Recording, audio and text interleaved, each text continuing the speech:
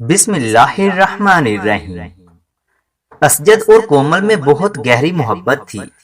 दोनों की शादी को 5 साल हो चुके थे, लेकिन उनकी जिंदगी अभी तक नामुकम्मल थी क्योंकि उनके यहाँ कोई औलाद नहीं थी। फिर भी उन्हें यकीन था कि अल्लाह की रहमत से नाउम्मीद नहीं होना चाहिए, वो जात जरूर करम करेगी। दोनों के दरमियान इतनी मोहब्बत थी कि वो एक दूसरे के बगैर नहीं रह सकते थे। बच्चे की अदम मौजूदगी की वजह से असजद के वालिदैन बाज दफा कोमल को ताना देते थे और वो भी चुपचाप सुन लेती, क्योंकि उसे पता था कि हर माँ बाप की ख्वाहिश होती है कि उनके बेटे के यहाँ बच्चा हो। यूं ही वक्त गुजर गया और एक दिन जब असजद ऑफिस से घर आ रहा था तो उसने बाजार में एक लड़के के साथ कोमल को देख लिया। कोमल उस लड़के के साथ बहुत खुश दिखाई दे रही थी और ऐसा लगता था कि दोनों काफी अरसे से एक दूसरे को जानते हैं। असजद घर आया और फिर थोड़ी देर बाद कोमल भी आ गई। जैसे ही कोमल घर पहुंची तो असजद ने उससे पूछा, कोमल कहाँ गई थी? कोमल ने हंसते हुए कहा, मैं बाजार कुछ घरेलू सामान लेने गई थी। ये सुनकर असजद को थोड़ा सा गुस्सा आया, लेकिन उसने कोमल से कुछ नहीं कहा। उसके बाद असजद ने कोमल को एक ही लड़के के साथ कई बार मुख्तलिफ जगहों पर देखा। एक दिन उसने देखा कि वो लड़का कोमल को घर छोड़ने आया है और कोमल उसके साथ बहुत खुश नजर आ रही थी। लड़का घर से निकला और फिर चला गया। असजद का दिल बहुत दुखी था, लेकिन कोमल के खोने के खौफ से उसने उसे कुछ नहीं कहा। एक दिन असजद घर बैठा था जब कोमल के मोबाइल फोन की घंटी बजी। कोमल बाथरूम में थी, इसलिए असजद ने फोन उठाया। जैसे ही असजद ने फोन उठाया तो दूसरी तरफ से आवाज आई, हेलो असजद, मैं जल्द ही घर आ रहा हूँ, मुझे कुछ अहम बात करनी है। बस इतना कहकर उस शख्स ने फोन बंद कर दिया। असजद ने सोचना शुरू किया कि इस शख्स को मेरे नाम का कैसे पता चला। असजद के जहन में बहुत सारे सवालात थे। असजद को लगा कि शायद ये वही आदमी है जिसके साथ कोमल अक्सर बाहर जाती है। असजद को लगा कि शायद कोमल मुझसे तलाक लेना चाहती है और वो शख्स इसके बारे में बात करने के लिए घर आ रहा है।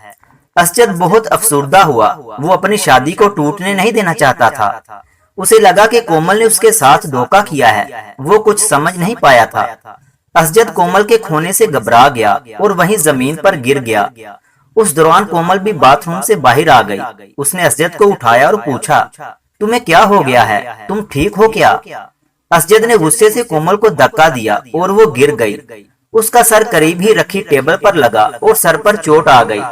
अब कोमल कोई बात नहीं कर रही थी। उसने कांपते हुए कोमल को बाजुओं में उठाया और देखा कि वो बहुत तकलीफ में है, जिसकी वजह से कोमल बेहोश हो गई। असजद बहुत खौफजदा हुआ जब उसने देखा कि कोमल के हाथ में एक खत था।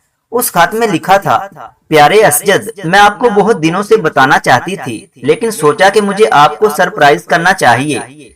मैं पिछले कुछ दिनों से किसी डॉक्टर के पास इलाज के लिए गई थी और वो डॉक्टर मेरा कजन था जो बचपन में बिरोने मुल्क चला गया था। उसने मेरा इलाज शुरू किया और मैं 2 माह से हामला हूँ। आज मैंने उस कजन को अपने घर खाने पर बुलाया है। आप उससे मिलकर बहुत खुश होंगे। कुछ देर के बाद दरवाजे पर बेल बजी और असजद भागकर दरवाजा खोलने गया। कोमल का कजन दरवाजे पर खड़ा था और वो कहने लगा, असजद, मैं साबिर हूँ, कोमल का भाई, आप कैसे हो?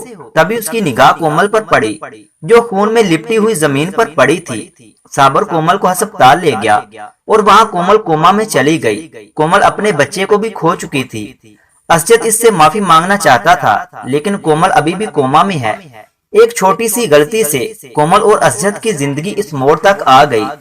ये कहानी हमें बहुत कुछ सिखाती है। हमें गहरे रिश्ते में किसी नतीजे पर पहुंचने से पहले अपने साथी से बात करनी चाहिए। हम सब में खामियां हैं, लेकिन अपने साथी को कसूरवार साबित करने से पहले अच्छी तरह से जांच पड़ताल करें और सबसे अहम बात, उससे खुलकर बात करें। जो आप देखते या सुनते हैं वो जरूरी नहीं कि सच हो।